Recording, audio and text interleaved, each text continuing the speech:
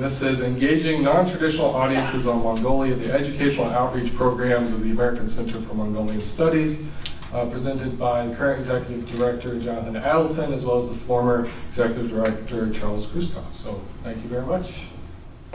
So thank you very much. I'll take about 10 minutes to talk about some of the broader programs, and then Charles will talk about what we consider to be a very exciting new initiative that's going to bring dozens of American students and others faculty as well to Mongolia over the next 3 years. In terms of KORC, I guess I'll start with the shout out. I retired a couple of years ago from the Foreign Service after a 32-year career. The executive director is sort of a part-time thing back in the States. Overwhelmingly, the center of gravity of our organization is in Mongolia, is in Ulaanbaatar, where we have that center, where we have the lecture series, where we have the fellowships and things like that. But when I look back at my career, 10 countries, 30 years, that's pretty much par for the course. In 7 of those countries, they had KORC centers. And some of them are represented here today: Yemen, Pakistan, India, Afghanistan, Cambodia, Jordan, and Mongolia. And to a greater or lesser extent, in every one of those countries, they also kind of reached out to the expatriate community, and so we had some involvement in some way or another. And some of these ones, I guess you have to be in the KORC circle to know some of them, but Dan Verisco, I don't know if you guys know him, but we knew him back in the 80s in Yemen when he was a young guy out of a small college in the Midwest. Has become a wonderful anthropologist, written lots of books, and is still involved in, as far as I know, in KORC, in fact, in the Yemen Center as well.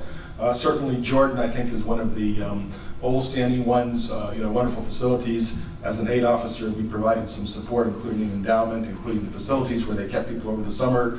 Again, Pierre Bukai, among other things, talking about young people. He took Chelsea Clinton around Jordan when she was a student at Stanford, when her mother was visiting at one point. But certainly the Jordan one, I mean, we're one of the newer ones, the Mongolia Center. Jordan is one of sort of the granddaddies that's been around for a long time and has a huge impact. I think about Pakistan as well. I don't know Peter Dodd from a few years ago, but certainly I'm on the list of alumni of the Pakistan Center. And again, I guess just my story. It was, got to Pakistan, did my dissertation research there, did my dissertation, which was published by Oxford University Press on migration, and then launched my 32-year Foreign Service career. That ended up in being U.S. ambassador to Mongolia. Did come back actually to Pakistan after the earthquake. And the language skills, the ability to familiarity with Pakistan, all that came together in a very, very positive way in all kinds of things. And again, I guess just looking on to the Mongolia Center, actually I've served twice in Mongolia, and first as a sort of a more mid-level officer and then coming back a few years later. But the KORC was just ACMS was just being founded when I was leaving the first time. When I came back as ambassador, I did give a lecture actually at ACMS, did host for KORC, which maybe they make us feel good, but they think that Mongolian meeting we organized for all the directors of all the centers around the world was a real highlight, because it really is true that when people visit Mongolia, it's just an amazing thing to see. I will pass around the little postcards afterwards, have them there if you want to put it in your fridge. I sort of challenge people to look at that picture of the horses at the steppe at sunset and not want to go to Mongolia, because it's a pretty spectacular thing. With some of the stuff we do is on a smaller scale of what was talked about before. Our funding basically comes from NEH sometimes, from state, from Department of State, Department of Education, and also, of course, we seek private donations. And what Charles will talk about is Luce Foundation funded, which is a wonderful and exciting program. We have 6, 7, 8 scholarships a year, research scholarships over the years. Over 10 years, there's something talking about 80 people. We've been around for 15, so probably more than 100 fellows over that period of time. And they really do make a big impact. We have the regular lecture series. We have the YouTube channel. If someone's teaching Mongolia or East Asia, you could actually access them for your own class. You could access one of those. We've got everything from hip-hop in Mongolia, a recent lecture, the importance of hip-hop in Mongolia, to a lot of archaeological stuff as well. And the quality's improved over time, so this is a kind of outreach as well. We do Mongolian language courses as well. Again, sort of amazed at the massive scale of it. But we do a summer course. We do online. Our language teacher gets rave reviews. She does things through Skype. And so that's sort of a developing program. But the thing I guess I wanted to talk about most quickly, and I will do it, is simply the different kinds of outreach in different kinds of ways. Certainly we do program and we welcome sort of interactions and with other universities that have a group coming out. We've done this with UPenn with a lottery program, I think it's 3 years in a row. It gets good comments, I think. I don't know if you're on that, but I mean, David Datman, sometimes Professor Atwood participates, and very excited about that. I think, well, that's one example of our program. We did it for a program that University of California, Berkeley arranged. Recently, we had a group of Bryn Mawr students. We have an unusual one, which kind of fits because ACMS is going to help out, but it's Mercer University, where I'm an adjunct, and it kind of touched on some of these things, because basically this summer I'm going to take my wife's also here, we're going to go together with a former Peace Corps volunteer in Mongolia who is a Mercer graduate and is now a PhD student in Florida. And basically it's more a service trip than an academic one, although before we go we'll have a 2-week course on Mongolia, and the students will get credit for it. It's amazing because actually this is 100% paid for by the university. If you're enrolled, you get credit, you get the air ticket, you get everything that we do. So we'll have 2 weeks in Mongolia, 2 weeks at Mercer, and then 3 weeks in Mongolia on a service project, basically worked out through a Mongolian NGO called Children of the Peak, and it's with children and families who basically scavenge in the dumps outside town. So again, maybe somewhat non-traditional. I do believe this is going to be the most diverse group to ever go from any university, any college, going to Mongolia. I mean, this is going to kind of be interesting when we walk around the downtown Ulaanbaatar, because it's a very diverse group, and so it's sort of nice to see that. I guess the last thing, maybe I'll end up before turning it over to Charles, is simply another one I think is creative, because I think in the Mercer group, by the way, for most people this will be their first overseas experience. They've never gone before, excited about Mongolia. I think it'll be terrific in that respect. One of the things that we've been involved in for, I think this is going to be the 3rd or 4th summer in a row, ROTC has something called a Cultural Awareness Program, Reserves Officer Training Corps. Again, many of these students come from less well-known. I mean, a lot of our fellowships, you can list off the places where they come from and they're well-known, but a lot of them aren't. And I think that these KUARC, I think ACMS, gives people a chance for that first experience. ROTC, I didn't talk to everybody, but everyone I talked to, yeah, this is my first time overseas. And it was amazing, you know, again, a fairly diverse group, but we scheduled their program, we did a trip to the Gobi Desert for them, and these are life-changing experiences. I mentioned I started with my own sort of personal story. Charles actually has a very similar one, but in terms of, part of the care umbrella is hugely important for us. We learn from other institutions, but also, going forward, this loose program that he'll talk about is a wonderful opportunity for a country like Mongolia to have we're going to have 50 or 60 or 40 or 50 American students this summer, and maybe more in subsequent summers. Thank you, Jonathan, and it's great to have such an esteemed executive director. I was the founder of the ACMS more than 18 years ago at AAS. We were formed and 17 years ago established. In 15 years, we've been now had our center in Ulaanbaatar.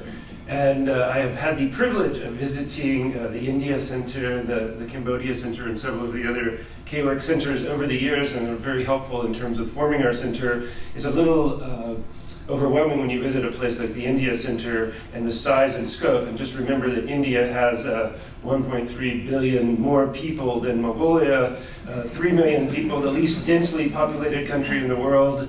And so when we started this, and I came and met with Mary Ellen Lane, to talk about creating a Mongolia Studies Center, and the reaction we always get from people is, does anyone study Mongolia? Like, what's going on in Mongolia? Is it big enough? And it's true, the field of Mongolian studies is extremely small. And so from the beginning, our center was established to say, anyone who's doing anything and studying about Mongolia is part of what we would define as Mongolian studies. Mongolian studies as a traditional field is thought of as linguistics, history, a fairly narrow definition.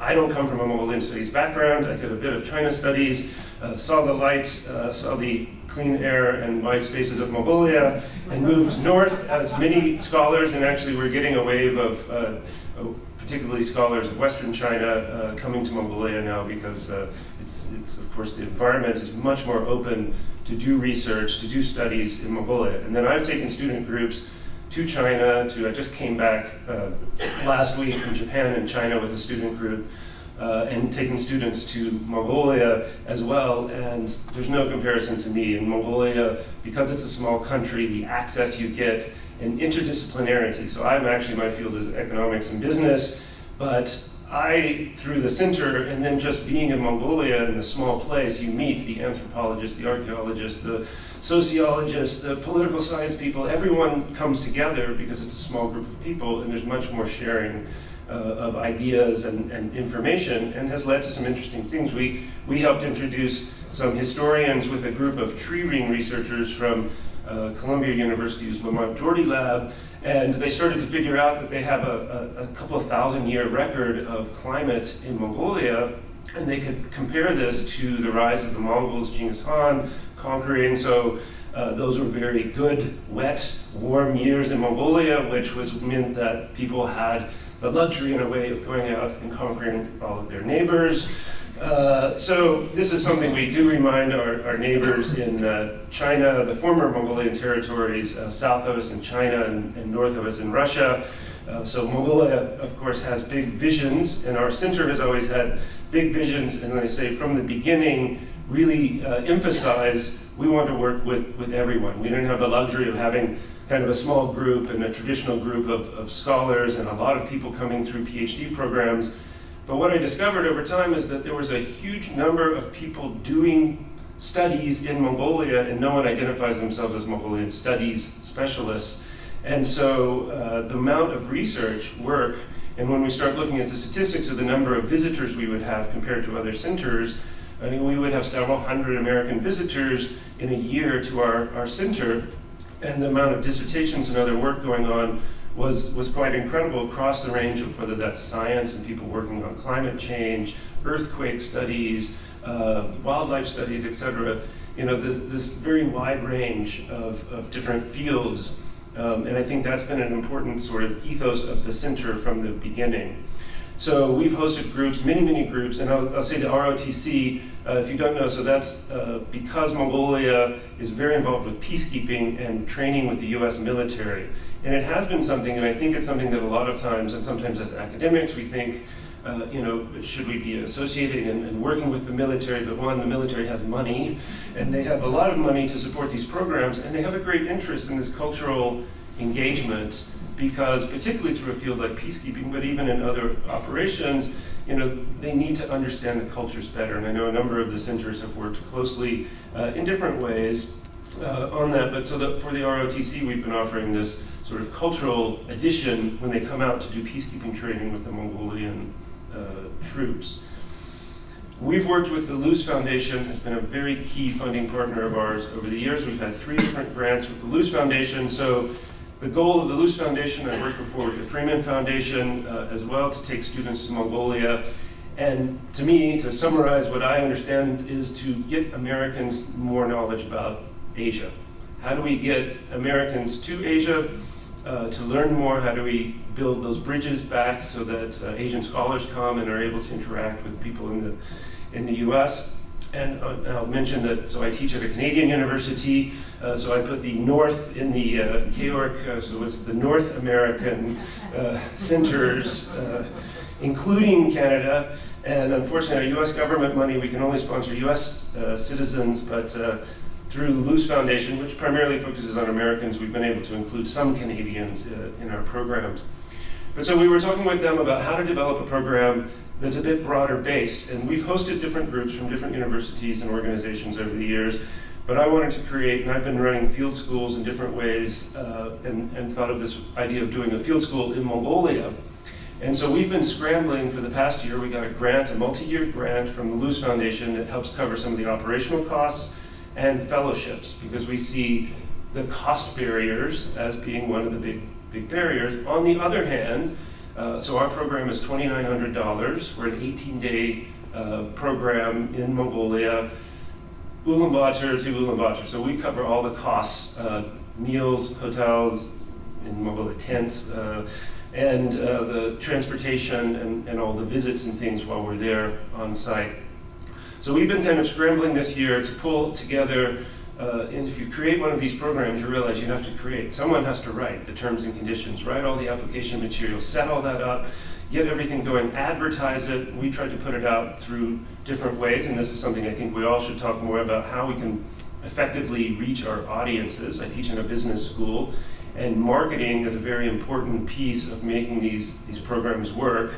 I will say that we have the privilege that Mongolia actually sells quite well, because it's a place that most people have heard of. They have some imagination of maybe Genghis Khan and maybe grasslands, and it seems exotic, but it's not so dangerous, so far, so difficult a place to get to. You can go through Beijing, you can go through Seoul, to fly there fairly easily. So we put it out there, and we weren't sure. I don't know the other centers and people when you experience this, like in our field research fellowships, February 15th deadline, we might get one application before February 14th, and then we get all of our applications the day on the deadline. And so we put this out there. This is the first year we're running this. We put it up there February 15th as the priority deadline and April 30th as our final deadline, so we give ourselves some time if we need to make another big push. In December, we already had 5 applications. In early January, we had 10. These are coming in. By February 15th, we had 70-something applications for our program. And we were like, wow, okay, we've got something here. People seem really interested in this. And we took the point of view. I actually teach at an institution that's focused on adult learners, and I believe in lifelong learning. And so we took the idea from the beginning that this is not a program aimed at any one target group, although undergraduates, of course, are probably going to be the largest audience.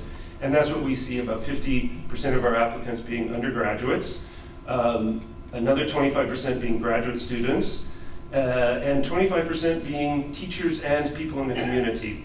So we're seeing a diversity in the applications. We're going to learn. One of the things we're talking about, we'll learn more this summer, should we have separate streams or separate programs for different groups. And we've done 3 different tracks. One is in archaeology, led by Julia Clark, who's worked with us for a long time and who does field archaeology. Another one that I'm leading is on renewable energy. And then the third one is on migration. And so interestingly, the migration topic was the most popular topic. Unfortunately, my renewable energy was the least popular. But so we had 12 people, and then we're asking people if they will, and we asked them in their application, would you be willing to take a different stream? And so we're going to migrate, I guess, some of the migration people over to the energy. So we're going to have about 15 international students, mostly Americans, a few Canadians coming as well, and Europe. I just came back from teaching in Europe for a year. I think there's be a European audience for this as well. And then we work with, in advertising, I think we've done some things with like Asia Network, which is, I used to teach in a liberal arts college. It's a very important network of the liberal arts colleges doing Asia work. And then in the future, I think we can expand out and maybe have 5 or 6 different streams. And we're having at least 5 Mongolian students. We're reserving places, and then we're waiving tuition costs for Mongolian students and actually paying them a small stipend, because for in-country students, they want to work in the summer. And so that's an important component, and that's where support from the Luce Foundation. Looking forward, we have the luxury that we can do this for 2 or 3 or 4 years with Luce Foundation support, and then we'll make it a tuition-driven part of one of the key fundraising tools for the center. If we can keep up our numbers, then you can generate $100,000, $150,000 to keep the program really going as one of our key funding pieces for the center. So my own ethos is get people on the ground, get people out there, they have their experience, and then they'll find their way. And we see this in our other programs. Students who do study abroad come back later as grad students and other ways. So that's the idea, is this is kind of a taster. We're focusing on people who've never been to Mongolia before, and some people with some experience, but getting them to broaden out. So our field school, I'd say, seems to have hit a nerve and worked well, and be interested to talk to some of the other centers. I know some are very established programs, but I think we can think about wider audiences as well.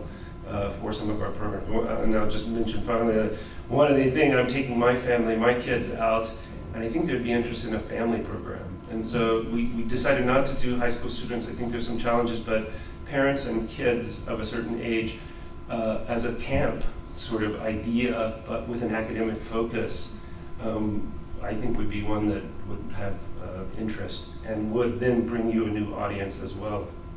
So, thank you. Thank you.